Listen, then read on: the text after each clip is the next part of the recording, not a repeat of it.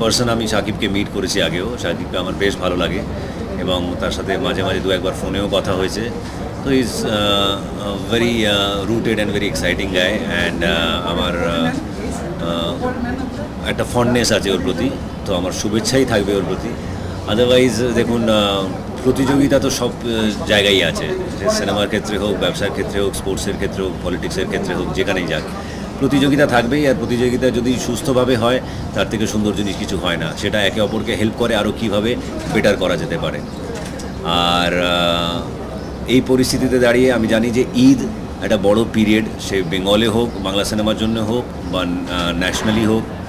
আমাদের ভারতে সুলতানও রিলিজ করছে, তো এখানে আমার জন্য শাকিব আর আমি একসাথে আসছি। ভারতে আমি আর সালমান খানও একসাথে আসি। তো সবার নিজস্ব জায়গা আছে। Salman Khan is huge big star, Shakib বাংলাদেশে বড় স্টার।